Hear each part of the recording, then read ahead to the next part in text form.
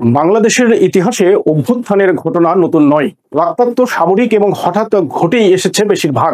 তবে 2024 সালের জুলাইয়ে যা ঘটেছে সেটি ছিল ভিন্ন বাস্তবতা। এটি ছিল একটি প্রজন্মের জমে থাকা ক্ষোভের বিস্ফোরণ, যা উঠে এসেছে শিক্ষার্থীদের রাস্তায় দাঁড়ানো, জনগণের কণ্ঠস্বর, সামাজিক যোগাযোগ মাধ্যমের প্রতিবাদ, পুলিশের গুলিতে একজন মায়ের কান্নায় কিংবা রিকশাওয়ালার সম্মান জানানোর অভিব্যক্তিতে। জেনারেশন জেড এর মনে জমে থাকা অসন্তোষের যে পাহাড় তৈরি হয়েছিল সেটি রূপ নিয়েছিল আগ্নেয়গিরির মতো বিস্ফোরণে। আন্দোলনের সূচনা হয়েছিল কোটা সংস্কার দাবির মধ্য দিয়ে, কিন্তু মূলত এটি ছিল দীর্ঘ সময়ের রাজনৈতিক বৈষম্য ও বঞ্চনার বহিঃপ্রকাশ। জনগণ তখন স্পষ্ট বুঝতে পারে এই সরকার সংস্কার যোগ্য নয়। শেখ হাসিনার শাসনামলে সবচেয়ে বড় সংকট তৈরি হয়েছিল রাজনৈতিক মত প্রকাশের পরিসর সংকুচিত হওয়ার মাধ্যমে।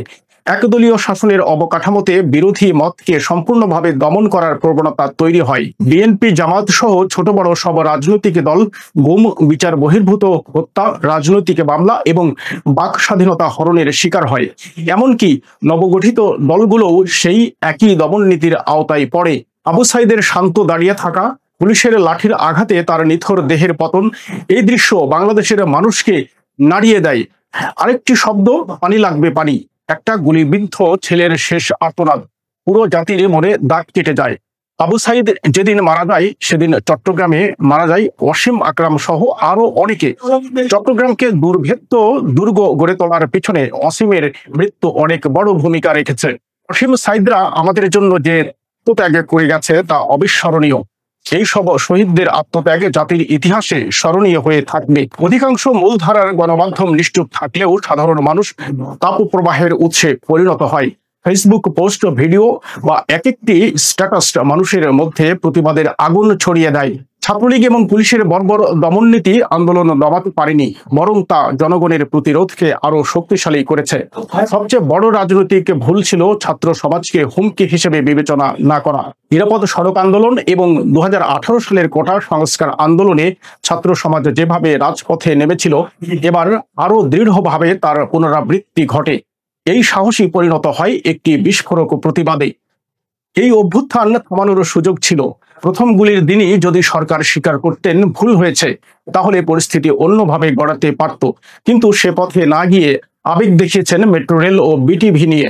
তখনই জনগণ তাকে নেতৃত্বের জায়গা থেকে আলাদা করে ফেলে। সবচেয়ে বড় রাজনৈতিক ভুল ছিল আন্দোলনের শীর্ষ 6 নেতাকে ডিবি কার্যালয়ে তুলে নিয়ে গিয়ে আন্দোলন প্রত্যাহারের নাটক সাজানো। পুরো জাতি বোঝা যায় এটি একটি পরিকল্পিত স্ক্রিপ্ট। সেই মুহূর্ত থেকেই আন্দোলনের নিয়ন্ত্রণ আর কারো হাতে ছিল না। এটি পরিণত হয় স্বয়ংক্রিয় গণ অভ্যুত্থানে। আন্দোলনের গতি নেতৃত্ব ছাড়াই নিজস্ব ছন্দে এগিয়ে চলে। এই প্রজন্ম শেখ হাসিনার একদলীয় রাজনীতির সমাপ্তি টেনেছে। বিএনপি, জামাত, এনডিএম, গণ অধিকার পরিষদ, বাম জোট সহ বিভিন্ন রাজনৈতিক দল ও ব্যক্তিরা একে একে সমর্থন দিয়েছে। তবে মূল নেতৃত্বে ছিল ছাত্র সমাজ। সব শ্রেণীর, সব মতের ছাত্ররা আন্দোলনে অংশ নিয়েছে। 5 আগস্টের পর অনেকে ঘরে ফিরে গেছে, পড়াশোনায় মনোযোগী হয়েছে। তাদের কোনো দাবি ছিল না, কিন্তু কেউ কেউ আন্দোলনের কৃতিত্ব নিয়ে বিশেষ সুবিধা নেওয়ার চেষ্টা করছে। অনেকেই এখনো দাবি করছেন, আমি করেছি, সে করেছে, কিংবা আমাদের প্ল্যান ছিল। এজন্যই আমাদের আবারও স্লোগান দিতে হচ্ছে, আবু সাইদ মুগ্ধ, শেষ হয়নি যুদ্ধ। 1 বছর পর জুলাই অভ্যুত্থানের শোক ও বিজয়ের বার্ষিকী এসেছে। এটি আমাদের স্মরণ করিয়ে দেয়, ছাত্র জনতার আকাঙ্ক্ষাকে অবজ্ঞা করা যায় না। তাদের দাবিকে উপেক্ষা করলে তারা রাষ্ট্রের গঠন কাঠামোই বদলে দিতে সক্ষম।